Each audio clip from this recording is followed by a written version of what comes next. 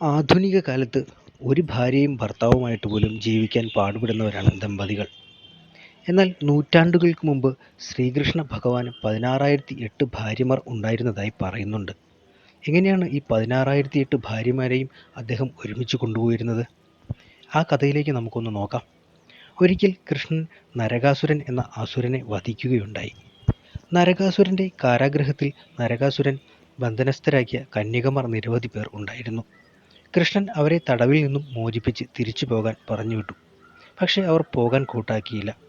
അവർ പറഞ്ഞത് തങ്ങളെ അസുരൻ പിടിച്ചുകൊണ്ടുപോയതുകൊണ്ട് സമൂഹത്തിൽ തങ്ങളുടെ മാനവും സ്ഥാനവും നഷ്ടപ്പെട്ടു അത്രേ.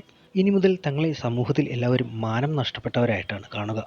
അതുകൊണ്ട് തങ്ങളെ വിവാഹം കഴിക്കാൻ ആരും വരില്ലത്രേ എന്ന് സങ്കടത്തോടെ പറയുകയാണ് ചെയ്തത്. അവർക്കറിയാമായിരുന്നു കൃഷ്ണൻ വളരെ ദയവാനായിരുന്നുവെന്ന്. കൃഷ്ണനോട് ഭക്തിയോടെ ചോദിച്ചാൽ എന്തും നൽകുമെന്നും. ഈ സങ്കടം കേട്ട് കൃഷ്ണൻ അവർക്ക് ഭാര്യ പദവി നൽകി ആദരിക്കുകയാണ് ചെയ്തത്. മാത്രമല്ല സമൂഹത്തിൽ അവർക്ക് നല്ല സ്ഥാനം നൽകുകയും ചെയ്തു. അവരും കൃഷ്ണനും തമ്മിലുള്ള ബന്ധം ദൈവവും യഥാർത്ഥ ഭക്തരും തമ്മിലുള്ള ബന്ധമായിരുന്നു, അല്ലാതെ സാധാരണ ഭാര്യ ഭർത്താവ് ബന്ധം അല്ലായിരുന്നു. അങ്ങനെയാണ് കൃഷ്ണന് 16,000 ഭാര്യമാർ ഉണ്ടായത്. ഭഗവാൻ സച്ചിദാനന്ദൻ എന്നാണ് അദ്ദേഹത്തെ അറിയപ്പെടുന്നത്. കാരണം ഭഗവാനെ ധ്യാനിക്കുന്നത് തന്നെ ലോകത്തിലെ ഏറ്റവും വലിയ പരമാനന്ദമാണ്. നമുക്ക് കൃഷ്ണഭക്ത മീരയുടെ കഥ തന്നെ വായിച്ചാൽ മനസ്സിലാവുന്നതാണ്. ഭാരതീയ വേദാന്ത പ്രകാരം ഒരു ദൈവത്തിൻ്റെ വിവാഹം എന്നാൽ സത്യാന്വേഷിയായ മനസ്സ് സത്യത്തിൽ, അതായത് ഈശ്വരനിൽ ലയിക്കുക എന്നതാണ്. ശിവപാർവതിയെയും വിഷ്ണു ലക്ഷ്മിയെയും ബ്രഹ്മ സരസ്വതിയെയും വേദാന്ത പ്രകാരം പരമാത്മ സ്വരൂപവും അതിൽ ലയിച്ച മനസ്സുമാണ്. ക്രിസ്തുമതത്തിൽ സന്യാസിമാരെ യേശുവിൻ്റെ മണവാട്ടിമാരായി പറയുന്നതും ഈ തത്വം തന്നെ. മനുഷ്യ മനസ്സിന് 3 ഭാവങ്ങളാണ്. ഒന്നുകിൽ എന്തിനോടെങ്കിലും ഇഷ്ടം തോന്നുക, രാഗം എന്ന് അതിനെ പറയാം. അല്ലെങ്കിൽ എന്തിനോടെങ്കിലും അനിഷ്ടം തോന്നുക, ദ്വേഷം എന്നും. അതല്ലെങ്കിൽ ഇത് രണ്ടും അല്ലാത്ത മനസ്സ് ഉപയോഗിക്കാത്ത അവസ്ഥ, വിരക്തം എന്നീ 3 ഭാവങ്ങൾ കൊണ്ടും മനസ്സ് നിത്യേന പരമപുരുഷനായ ആത്മാവിനെ പ്രാപിക്കാൻ ശ്രമിക്കുന്നു.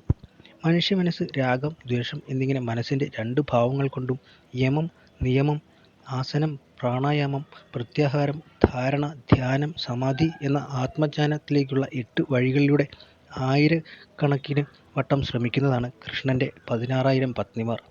എന്നാൽ എന്തിനോടും രാഗവും ദ്വേഷവും ഇല്ലാത്ത വിരക്തിയിലൂടെ മേൽപ്പറഞ്ഞ 8 വഴികളിലൂടെ ഒരു തവണ ആത്മജ്ഞാനത്തിനു ശ്രമിക്കുമ്പോൾ മാത്രമേ മനസ്സിന് സ്ഥിരമായി പരമപുരുഷനെ പ്രാപിക്കുവാൻ കഴിയൂ എന്നതും ചേർന്നതാണ് കൃഷ്ണന് 8 പത്നിമാർ കൂടി ഉണ്ടായി 16,008 ഭാര്യമാർ ആവുന്നത്. ചില ഗ്രന്ഥങ്ങളിൽ കൃഷ്ണന് 8 പത്നിമാർ മാത്രമേയുള്ളൂ. മറ്റിൽ ചിലതിൽ 16,000 ഗോപികമാർ ആണ് എന്ന് പറയുന്നതിനും തത്വം ഇതുതന്നെ.